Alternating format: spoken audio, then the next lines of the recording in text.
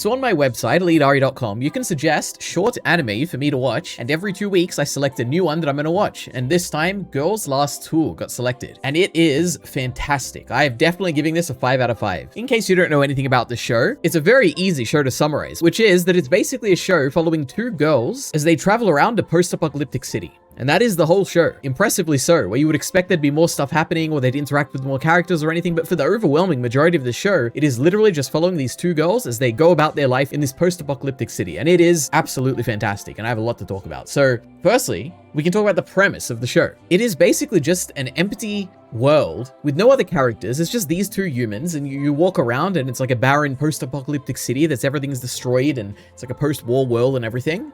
And you're just following them as they like aimlessly. It's not like they have like an ultimate goal or like they want to go somewhere. Essentially, their goal is to kind of like, it's like a city where there's multiple layers and they kind of just want to go up and up eventually. But it's not really like a goal they're striving for or something they point out a lot. Most of the time, it's just like, oh, we're gonna like travel this way, or like there's no real stated goal or anything like that. And I really like this like directionless, aimless kind of traveling, I guess. It is very slice of life, and I typically do like slice of life a lot, and this has got to be almost certainly my favorite slice of life anime I've ever seen. Like, my favorite part of the show are clips like this that I'm showing here, which is just like slow, methodical sequences and elements of the show. Like, they're slowly driving their vehicle like up the stairs. They go and they slowly fuel their vehicle. Like, they go and they open the pipe and they put it in the thing, and there's like a funnel to put the fuel in, so they have to like adjust the funnel a little bit, and time is spent on this, and there's like no dialogue happening while it's happening. Like, it's nothing to really keep you too engaged, but it is just so engaging, just seeing the slice of life, small methodical elements of living in this post-apocalyptic world. It is wonderful. And a lot of the time, I guess if I'm talking about the vibe of the show, it is a very like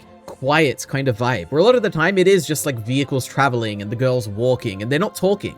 Like, I feel like the most frequently used shot in the show are the shots that I'm showing you here on this clip here, where it's just like, it is literally a vehicle moving, or it's just like 2 characters walking, or it's just like them climbing a ladder or going up an elevator. Like, it's just, I don't know, such a quiet, unique show. It's rare that you kind of see shows like this, you know, at least in my experience. So I appreciated this quite a lot. And then throughout their journeys, there's a bunch of moments where you're like, it is kind of the central premise of the show, which is that they're going about this post-apocalyptic city and they kind of discover things. And it's an interesting thing where it's like they're discovering intricacies about how the world they live in works. And some of the things they discover are things that we know as the audience, because we live in like the present day and they're living in like a world that's set after our world, right? So for instance, they see like water leaving pipes, for instance, and they know that it's like a drainage system, but they've never seen one, right? And obviously we living in a world know exactly what a drainage system is. So it's like kind of cool to see them like react to that. And obviously, you know, at some point they get a camera and they're kind of amazed by this camera. And I'm like, yeah, it's a camera, you know? But then it also takes place in like a post-apocalyptic city in the distant future. So then there's things where it's like they're kind of learning about the intricacies of this world and we are also learning about it.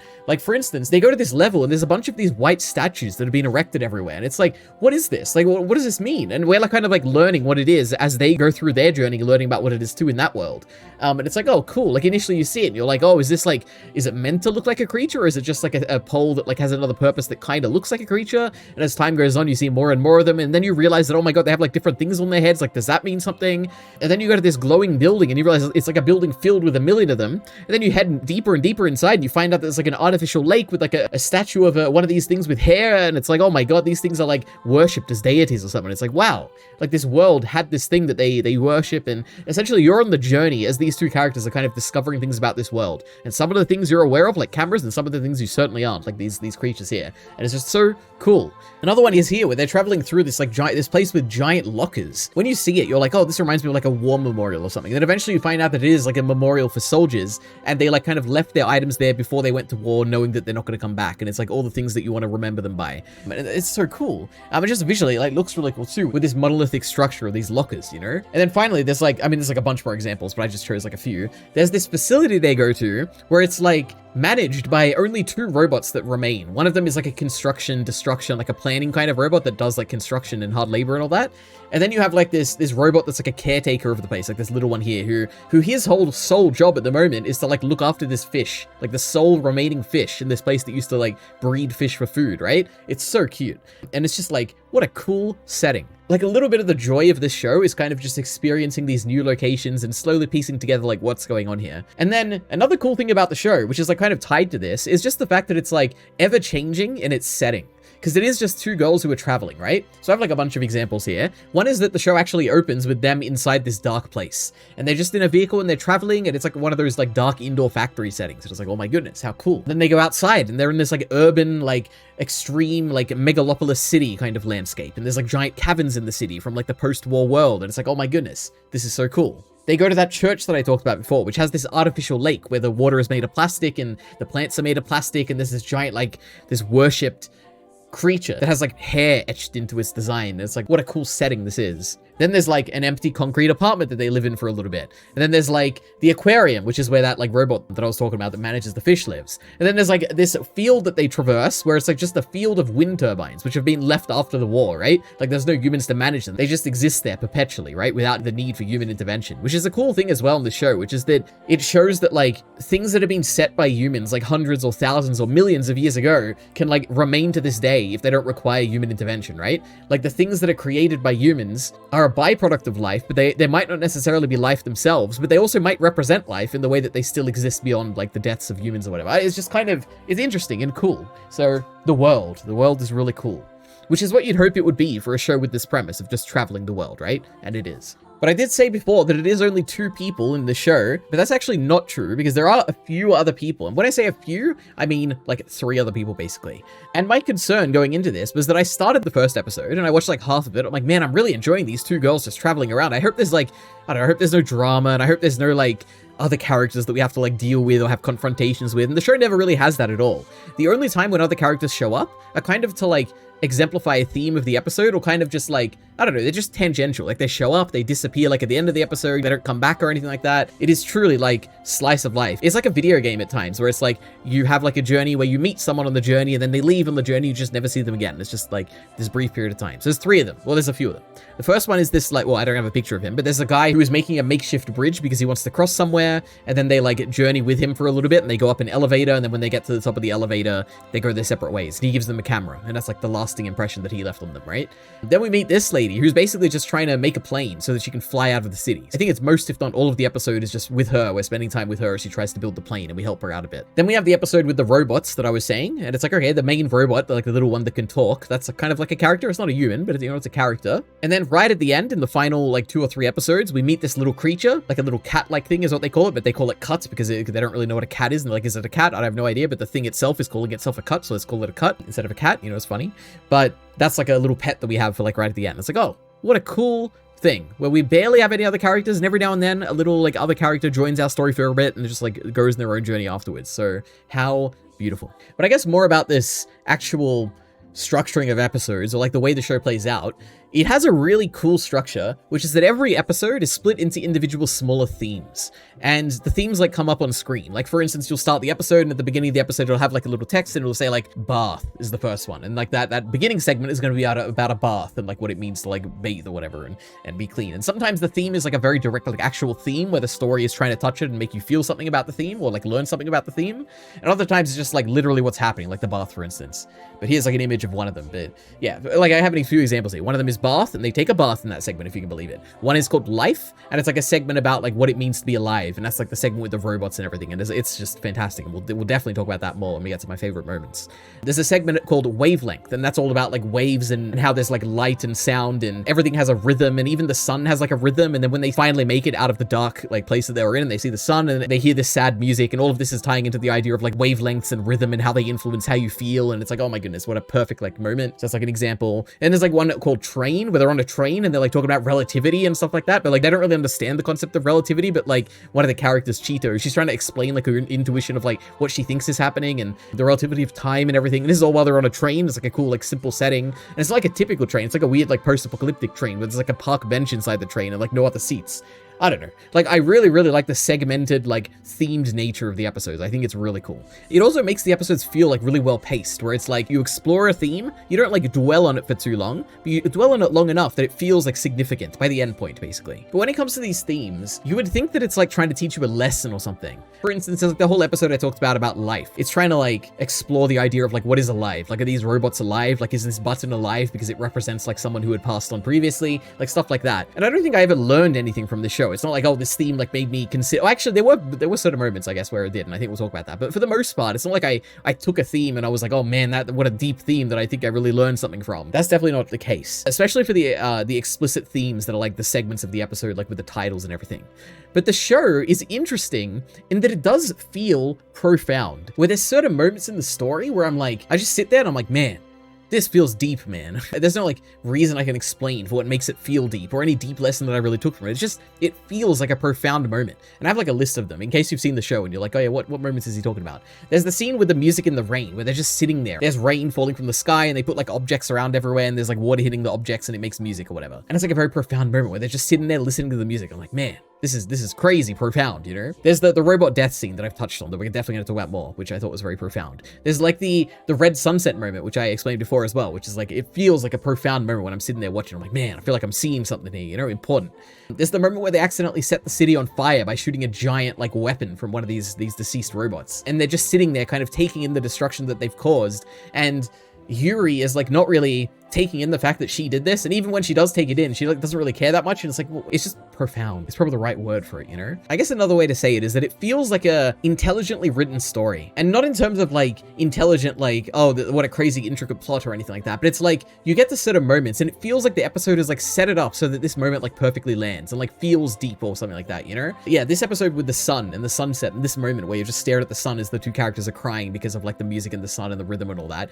This is set up like with the train. Like the whole episode starts with the train and the relativity talk and the fact that the earth rotates around and like that's what causes night and day and how that's a certain rhythm. And then we've got like radio waves and how that communicates music and how music is like a certain rhythm and how that like makes you feel. And then you see the sun is like producing light and how Cheeto theorizes that like light is like a wave and that has a rhythm and that makes you feel things. And you get to the end of this episode and you have like this profound feeling about like how everything is like a wave and a rhythm and oh my goodness. So, you know, it's a well-written, intelligently written show, I would say, which I would say is probably more so like the story of the manga that I know this is based on is very intelligently written, you know, so we like it. And it makes me appreciate fish that we're going to talk about later. So I had a moment where I was like, man, fish, you know, what a species. But I think the final thing to say just overall of like how the vibe of the show is or like what it makes me feel is that it reminds me of two things that I love, like two other properties that are just one of my dearest two properties that I've ever consumed ever.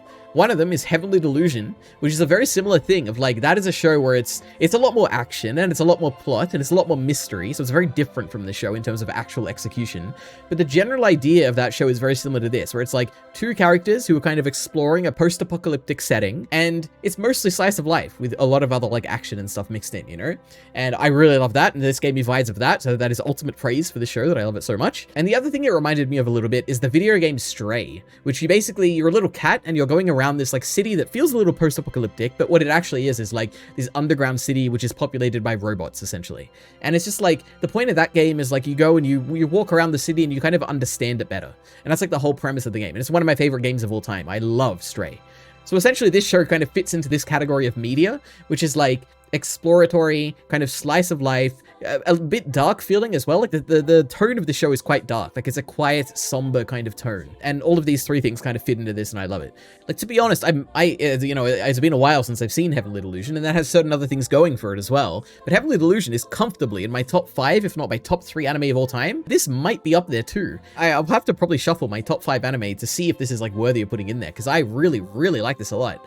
So yeah, ultimate praise for this Girls' Last Tour. That's the vibe and stuff. Now, the next thing to talk about are the two characters. And there's not too much to say, okay? The majority of what I wanted to say about the show was the vibes, but there are two characters, essentially. There is Yuri on the left, and there is Cheeto on the right. And they are opposites to each other, but not complete opposites, just in like personalities and like stereotypes that you'd expect, right? But they complement each other really well. And the thing to say is that they're not as stereotypical as you would probably expect from the way I'm going to describe them. There is like interesting like nuances to them or like complexities to them or like depth to them that makes them feel a bit different than like characters that you typically see if I were to describe them this way. Cheeto, the girl on the right, she's like the smart, quiet, subdued, cautious. She's like that type of character, right? And she's afraid of heights, which is like a cute like character detail, which I can relate to her with, you know? I'm also deathly afraid of heights. But she's not like she's not like a know-it-all. It's not like she's shy, although she is like kind of cautious and a little bit shy, but it's less so shyness than it is like, she's like quiet, but in like a cute way. don't know how to say it. It's like, it might sound a bit generic. She's like the smart, quiet, reserved kind of character, but she isn't. She's a bit different from that. But I don't know how quite to convey that beyond just like saying, go watch the show, you know? So Cheeto, we love her. And then there's Yuri, who I think is even more interesting, but I do probably like them equally. They are both interesting characters that I like quite a lot. But Yuri is like, she's strong. She's good at using a gun, you know? She's like not afraid of anything. She's kind of dumb, you know? She doesn't really understand much, but it's like dumb in like an interesting way where it's like, she understands certain things that you wouldn't expect her to, like a character who is like as stereotypically dumb as her would. So it doesn't make her come across as like, I don't know, like someone like, I'm sorry to all the Naruto fans out there, but Naruto comes across as dumb, okay? In the Naruto that I've seen so far. Characters like that, where it's like the stereotyping is that, or like Gon in Hunter x Hunter, where it's like, this is a dumb guy, okay? When it comes to fighting, he's a genius, but other than that, he's incredibly dumb, right? Yuri is like not there. Like she's not quite that dumb. Cause like, for instance, they have a whole conversation about relativity. And there's a moment where it's like, Cheeto is explaining relativity or like her intuition of it. And Yuri's like takeaway from it is that she says, and I have a quote here, she says, so we travel 1 Earth's circumference every day. And it's like, you kind of see where she got that. And like, she's not really saying the words correctly, but it's like, she kind of understands what like the concept was. So it's like, oh, that's like kind of cute. Then there's a moment later where they see like a clock and Cheeto explains how like the hands on the clock kind of revolve around the clock like twice for every time the Earth spins around a single time. And like Yuri's conclusion here is that like, oh, so the clock kind of like is 2 times faster than the Earth. And it's like, whoa, what an interesting thing to take away from it. Like, obviously that's not what's actually happening here. And you didn't completely understand the concept, but like, I see where your mind is, like when you're trying to understand this. It's more like ignorance than I think it is dumbness. She just doesn't know a lot of things, but she's like not necessarily, she is slow to pick up things, but also like, I feel like if I tried to explain it to her, she'd get it eventually. Whereas it feels like other like dumb characters, like, I don't know, like Naruto and Gon. Don't get me wrong, I love both those characters as well. I'm not saying they're bad characters, it's just dumb, okay? They would not get these concepts no matter how much I explained it to them, okay? So Yuri's interesting. I think another interesting thing about Yuri is also her amorality, where there's like certain moments where she like does things that are bad, or like says that she wants to do things that are bad, and it's like, oh, interesting, you know? Like she's not like a good guy protagonist or anything like that. Like for instance, in the first or second episode, she takes one of Cheeto's books that like one of the most prized possessions that Cheeto has, and she casually just like throws it into a campfire and like burns the book. And she doesn't apologize. Like she doesn't really care that she did that. And then later on in the show, she like uses a weapon and blows up a city, and she doesn't really care about it either. And she kind of cares about it, where initially she like blames the robot for doing it. She's like, you idiot robot or whatever. And then she blames like the human who was piloting the robot because she thought it was like some other human. And then she realizes that it was her piloting the robot, and she doesn't like get as mad as she did for the first two, and she like kind of like hits herself gently on the head, and it's like she doesn't really care that it was her that like destroyed the city. It's interesting. She's like slightly amoral in a really interesting way. So these characters are both great characters. I like them a lot. And then in terms of their designs as well, Cheeto's design, like she has really big, black, like blank looking eyes, where a lot of the time her expression is just like, it's just staring. Like she stares at you with her big eyes, and I'm like, oh, it's like super cute. I really like Cheeto's design. And I don't know, Yuri's is more like a lazy kind of aesthetic that she gives off, where it's like her eyes are like wide and open and like droopy a little bit. I don't know. I don't love her design as much as I love Cheeto's, but they're both pretty good. The thing I would say is that going into this, I saw like the poster of this is really the only thing I'd ever seen of this. And the poster has the art style of the show, right? It looks exactly like it looks like here. When I saw it, I was like, oh, I don't really like this. It's like a weird, like cute art style where they're exaggerated in like weird ways, and I don't quite like it. The show ended up winning me over. Like I do generally love like the aesthetic. It is a really perfectly contrasting aesthetic of these characters and the harshness of the world that surrounds them, you know? Overall, the designs definitely won me over, and just the designs of the show in general, the art style. And the final thing to talk about when it comes to characters is the voice acting. So I went into this show and I watched episode 1 dubbed, and I was like, this is pretty good. Then I thought, oh, you know what? Let me give the sub a try, because I'm interested to see what it sounds like. So episode 2, I listened to the sub, and I vastly preferred the sub. So this is a show that I would highly recommend watching subbed, just for my experience. Like the dub was fine. Like if I didn't know any better, I'd probably would just love the dub. But man, the sub was really good. Like the performances are just so subdued and low energy, and lethargic is kind of the word. And I don't just mean for Cheeto, who has that kind of personality. Yuri's voice actor is also, like you'd expect Yuri to have this like loud, annoying kind of voice, but she doesn't. She's like probably maybe slightly more energetic than Cheeto, but not really by much. And her voice is like really quiet, and the way she like says things is like really quiet, and it's a cool vibe. I like it. So yeah, voice acting. It comes together to like make interesting characters, like all these things, their personalities, their designs, and their voices. And then the final thing to talk about before like favorite moments is the aesthetic of the show. So there's 3 things. One of these things that form the aesthetic, I think, is probably the most important, which is the music of the show. The music in this show is fantastic, and it's like immediately fantastic. Like from the first scene where they're just traversing a tunnel, like in this vehicle, it's playing this like ethereal, like choir-like music, and it's like, whoa, like what a weird contrasting feelings, like what these girls are actually doing, which is just mundane going about life, like in this vehicle. The music in the show sets the tone and elevates essentially every big moment in the show. It's not a thing that I can convey like in words. I would just say like go watch the show and like listen to the music of the show, but it is fantastic. Then the other thing to talk about is obviously the art and the animation, which, you know, It's not anything amazing. Like, I would never, like, cite this as, like, one of the best looking, like, visual, like, art animation things I've seen in my life, but it's still pretty great. Like, it looks really good. There's a lot of intricate, like, background art and stuff like that. The characters are, like, well animated, nothing too amazing or anything like that, but it is just really well animated in all regards. There's, like, seamless transitions between, like, 2D and CG, or not seamless, but, like, natural transitions between, like, 2D and CG, I think are really well done. And, like, one of my favorite shots, for instance, is, like, the stuff you're seeing here, where it's like very clearly the characters, or at least in like the vehicle is CG, and in some shots the actual characters are CG as well. And I really like the way they look in CG. Like, it's just a really cool aesthetic. So I like the CG as well in that regard sometimes. And the final thing is, like, in terms of directing, it's not a show where I would like point to the directing. Like, there are a lot of shows I've seen where I'm like, oh yeah, the directing, like, this is what I really like about this. Like, even High School of the Dead, which is like one of the most recent things I reviewed. The highlight of that show probably is the directing, to be honest. But like in this show, I wouldn't say like, oh, the directing, that's the go-to thing that I want to praise or anything like that. But it does have certain decisions that I would kind of like categorize under a broader kind of directing, which I think are fantastic. Like I said, the use of music, the use of sounds, and like prolonged periods of silence, the pacing of the episodes. Like, these are all directing decisions that I think are really fantastic. So like, it's not a go-to example of like great directing in terms of like the typical thing I would consider directing, like, you know, like the typical shot choice and camera angles and lighting and colors and all. It's not really anything special in those regards, but in terms of like pacing and music and sound effects and like quiet moments, like all of this I think are really well done. So I would give like, you know, credit for like those elements of the directing, you know. But with all of that out of the way, now I kind of just want to like talk about my favorite moments in the show. So there are 7 of them, and we're briefly going to talk about each of them. So the first one is music from the rain. So essentially what happens is that these 2 girls are sheltering while it's raining, and then Yuri, who's the blonde girl, she notices that the rain is making different sounds when it lands on different objects. And so the girls, they go and they lay out a bunch of objects and they listen to the rain, and the rain is like hitting them, and they're just sitting there taking in like the sounds from all these different objects that are being hit by the rain. To them, it like sounds like music, and to us, it's like, oh, that kind of sounds like music. And then the ED starts, like the credits, and then actual lyrics are like being sung over this actual music that is being played by these tin cans and everything. It's like, oh, it's like, what a perfect moment. And they're just like sitting there, like listening to the music, and the whole ED is just like, it's like a static shot of them sitting, like listening to the music as the rain is like falling down. It's like, oh my goodness, this was absolutely fantastic. Then the second moment is this moment here, which is the episode where the woman is basically introduced into the story for like a bit, you know, for a section of episode. And her goal is to build a plane so she can fly out of the city. And the whole episode is our 2 girls as they're trying to help her make this plane. And at the end of the episode, she builds this plane and they like set her off on her journey. It's like a 1-person plane, so only she flies out by herself, and she succeeds. And it's amazing. And it's like this ethereal music is playing, and you cut to like Yuri and Cheeto, and they're like kind of really happy and excited, and they're like inspired by the success she's had and like how all this like work that they put in kind of like worked out, and it's fantastic.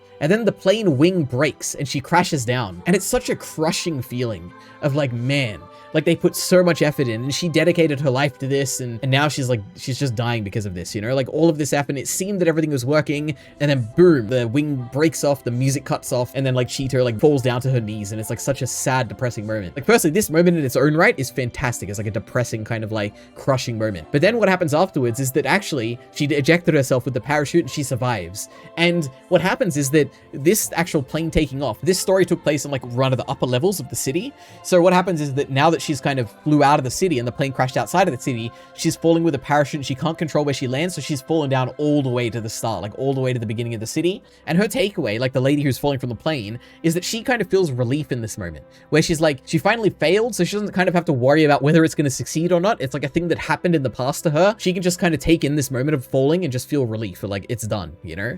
So I thought this was really cool and a really fantastic moment. So the plane breaking its wing. Then the third moment is actually a gag moment, which I thought was very, very funny, which is the episode where they go inside this church-like place where there's a bunch of those white creature statues that are everywhere.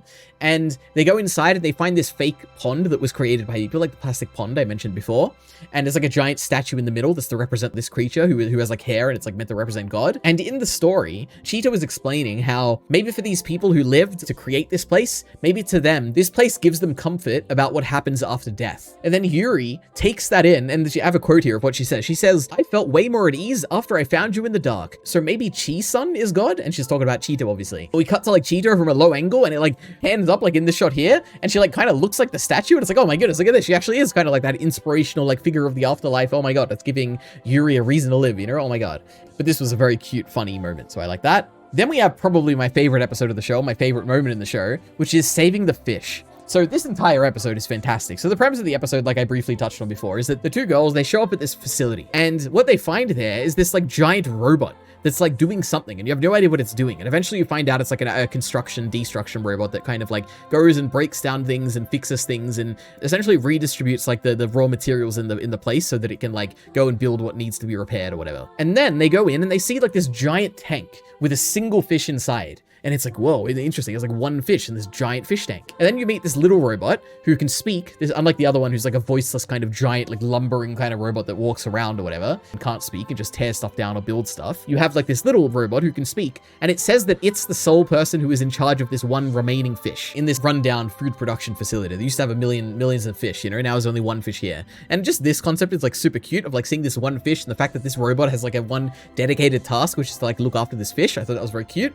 And it also made me think about, like, this is the moment I said before, which is that it made me think about fish and, like, what a marvelous thing it is that fish exist. And how sad it would be if, like, fish stopped existing. And, like, if fish stopped existing and they were only in the memories of, like, people who witnessed fish. And then, like, after those people die, like, the memories of fish become stories of fish and there were, like, no people who had actually seen a fish. And it'd be, like, a sad thing for that to happen. So, like, for instance, in this episode, when they're, like, trying to save the fish, I'm like, hell yeah, save the fish, please. We need this fish to be, like, live on. Oh my goodness. So, what can I say? You know, this show is quite profound and had a big moment with the fish here that made me appreciate the existence of fish. But basically the big moment here that I like a lot is that I guess the whole episode is basically spent around this one fish and they dive in the tank and they're kind of like having a bath and they're swimming in the tank or whatever. And then the construction robot comes into the room and it turns out that it's here to like destroy this fish's room. And when it starts tearing down the room, Yuri, who had previously been talking about how much she wants to eat the fish, she just loves fish, she's the dumb character, right? Quote unquote dumb. And she decided like she wants to eat the fish the whole episode, but as soon as this like other creature comes in, like wants to destroy this fish and its like environment and everything, she decides that she wants to save the fish. And the fantastic moment, which really got to me a little bit, like I almost teared up watching this, which is when Yuri goes and the mission is like essentially to stop this robot from destroying the fish tank and everything. She goes and she's going to plant explosives on it. And what happens is that she's like sitting on the back of this giant robot, like she climbs up to it, she plants the explosives and the robot like looks back at her for a brief second. And it has like this like circular like lit up eye and it like stares at her for a second and like the ethereal music is playing and we cut to this abstract shot here of like the robot clearly trying to communicate something. Like it has beeps and boops and it has like this image here which is like shifting a bit. It's like clearly this robot is looking at Yuri and is trying to say something but we don't know what it's saying. And the entire episode up until this point has been about life and like what does it mean to be alive and like are robots alive and so on and like what are memories and how does that tie into life. And like we just experienced the graveyard with all of these like these belongings of people who like once used to live and like essentially this is the whole theme of this episode and like even the previous episode as well. So when this robot is like staring at her, Yuri is like flashing back to like all these things she's seen that represent life to her, like a spinning fan, like water landing on the tin cans from that music episode, like the water dripping from the pipe where they first saw a fish back in episode 1, the button from the memorial that I talked about before, their vehicle's tread, that's like the vehicle that takes them around places, you know? It's like a sudden like really rapid flashing to all these things as the ethereal music is playing and the robot is like looking back at her and she apologizes and ends up killing the robot. There's not like a big takeaway here. I'm like, oh, this was like a big message here, but it's just like a profound moment of like, man, what is life, you know? Especially when the robot is looking back at her when she's about to kill it, and it's like, what is the robot thinking? Like, is it wanting to be spared from death? Like, is it hoping that she'll stop and won't blow him up? Or is he wanting to be spared from life? Where it's like, this is a tired, laborious robot that has to go and like build and destroy, and it has no control over its actions, and maybe it's like seeking relief in death, and it's kind of looking at her, hoping that she kills him. Or is it just nothing? And it's literally just an automated response of like it looking back and like noticing that there's a weight on it, and there's nothing deeper than that. And we'll never know for sure, obviously, but man, it was a deeply affecting moment. So it is fantastic. One of my favorite moments in the show. I love this a lot. Then we have this moment toward the end of the show, which is when essentially the camera gets connected to the nuclear submarine they end up in, and they see like a bunch of different photos that were taken on the camera and videos that were taken on the camera, as well as like photos and videos that I think were just embedded in the memories of the submarine, like the computer memory of the submarine. And it's just so cool. Like you see all of these different things and people's memories and like funerals and birthday parties and children being born, and you see the war start and you learn about like how Japan killed 50 million people with this giant like weapon or whatever. Like there's a bunch of just cool stuff. You see like autonomous robots like fighting in the distance, and you see, I don't know, people in the rain, and it's just so cool like to see all the memories of like all the people who have lived up until this moment, you know? So that was a fantastic moment. And then we have Yu's death, quote unquote, where we have that moment with all the memories kind of showing up. And then Yuri has a dream about like the path in life that got her to where she is now. And then you wake up from the dream and you see this giant creature who's like a giant version of the little pet we saw. And all out of nowhere, it opens its mouth wide and it eats Yuri. And the tone of this show is dark enough that I was like, I don't know if she's going to come back from this. Like, this might literally be her unceremonious death, and it is the ultimate tragedy of the show that she died here. Like, the sad tone that we're left with right at the end of the story. Now, obviously, this isn't how it went. You know, she actually did survive, and it goes into a deeper thing about humans and life and the things we leave behind and everything. But man, it was like such a moment of like, man, this is Yuri, like the girl with all the personality who, like, we've seen her entire journey, and she had a flashback in her dream about like her getting to this point, and here she is like being eaten by this creature. And then Cheeto, when she realizes that this thing ate her friend, she like chases it, and we're flashing back to like all these memories they had together in the show so far. And I'm tearing up. I'm like, oh my goodness, like, Yuri, please don't be dead. This was a great moment. And then my final favorite moment is the end credits, the final end credits in the final episode, where it is just like panning up to the sky as the classic credits play. There's like ED visuals or anything like that. It's just like white credits on a black background, or in this case, the sky. And the song that's playing is the song that they created when it was the rain hitting the tin cans episode. So essentially, we get to the final episode here, and this music is playing, and it's like a callback to basically all the happy times they've had together. And it's like, man, what a journey we've been on, you know, with these two characters. And oh my goodness. So I love this. I was tearing up when listening to this moment. It was fantastic. What a great ED. This is one of those EDs where it's like, man, you can't skip this, okay? This is like the point of the end of the show, which is to make you feel like what a great relationship these two characters have, and what a journey has been to like see these two characters together for so long, you know? So yeah, very cute. Great moment. But that's pretty much everything I've got to say about the show, with the exception of a handful of miscellaneous notes. So firstly, almost every episode had like 10 to 15 seconds of a post-credit scene at the end, which was really cool. And it was nothing consequential ever. Like, you could completely skip them and never like miss anything, but it was just like a little thing. Like, for instance, there was one where the whole episode was about like finding a fish, not the robot fish episode, but the first episode, or this, what, it was like the second episode of the show, and they're at the drainage pipe, and then a fish comes out of the pipe and they eat the fish. And at the end of the episode, it's like, the post-credit scene is them taking the bones of the fish and like putting it back in the water, and it like sails away, or it was something like that. I don't exactly remember exactly what happened, but yeah, it was very cute. So, you know, post-credit scenes, how cool. The next thing is to talk about the OP and the ED, which are both really cute. The OP is like the girls like kind of just doing things and like marching and stuff in a cute way, and it's animated, I think, in a very similar style to the actual main show. And it's a good song, I like it. The ED is a bit different, where it's like, it is like a hand-drawn kind of sketch version. Like, the entire ED is in this style, like you can see here, of like very rough, like sketch animation. And it is very similar, where it's like the girls who are going about like their day just doing stuff, you know? So it's very cute. I like this. And they play with the ED a few times in the show, and every time they do it, it's fantastic. Like, firstly, like I said, that rain episode where at the end it's just like playing the rain song is really cute. Then there's like an episode where they get drunk, and at the end of the episode, instead of like playing the ED song, they play that rain music song, like I said, but this time, instead of like the music being made by the tin cans on the rain, this time they're kind of like, they're humming kind of the song, but in their drunk voices, because they're drunk at the end of the episode. And again, it's like all tying into the final moment of the show, which is like another way they play with the ED, which is when like that rain song plays one more time, and it's like a callback to the drunk moment, it's a callback to the rain moment. It's like, oh my goodness, what a perfect ending. So yeah, you know, there's a few times they play with it. I think there's also one other time, it might be in the robot episode, I think, when at the end it's just like a classic like white text on black like background, like ED, because it's like such a profound ending, you know? You don't want to ruin it with like another weird toned ED, you know? You want it to be a serious ED. So yeah, I liked whenever they played with the ED. Another very miscellaneous thing is that this show has like two segments where they like, Cheeto has a fear of heights, and it is confronted directly. One of them is like when they go in an elevator, and it's like an elevator without like a railing. It's like a complete open elevator over the giant city, and the elevator like tilts over, and I'm like, oh my god, I can't handle this. And it is literally, it's like giving me like my like nervous kind of feeling like I get sometimes, even when I'm in like VR and stuff. Like, it gives me that kind of feeling. I know, it's really scary. So there's that. And then there was like a moment where they're like walking on these pipes, and like, oh my god, what if you slip? Like, you're so high up, you could die. And Cheeto's having the same feeling as me. I'm like, oh my goodness, I feel so represented right now.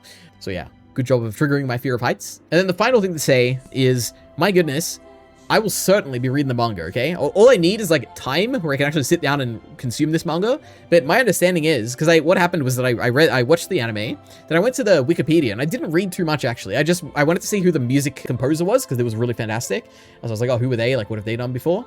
And apparently they did Eminence in Shadow and ReZero, which are the two things I've seen, as well as a bunch of other stuff I haven't seen. But I also wanted to see, like, is this based in a manga, or was it like anime original? But it was based in a manga. And then I went to the final chapter of the manga, because I was like, oh, is this like, I want to see, like, was this adapted like perfectly, or was it different? And then the first like few pages, like, this is nothing like the what happened in the ending. So I'm guessing the manga like continues on, and it's not just like this is the actual ending in the manga or anything like that. So I'll definitely be going to read it when I have time. And so yeah. But my goodness, Girls' Last Tool. I was not expecting to love this as much as I did. So much so that I'm willing to potentially put this in my top 5 anime of all time. But yeah. So I don't know, if you're interested in suggesting me stuff, go to eliteari.com and put stuff in the poll. 2 days from now on stream, I'll be spinning the wheel and choosing my next anime to watch. But that's it. Thanks for watching, subscribe right now, and see you next time.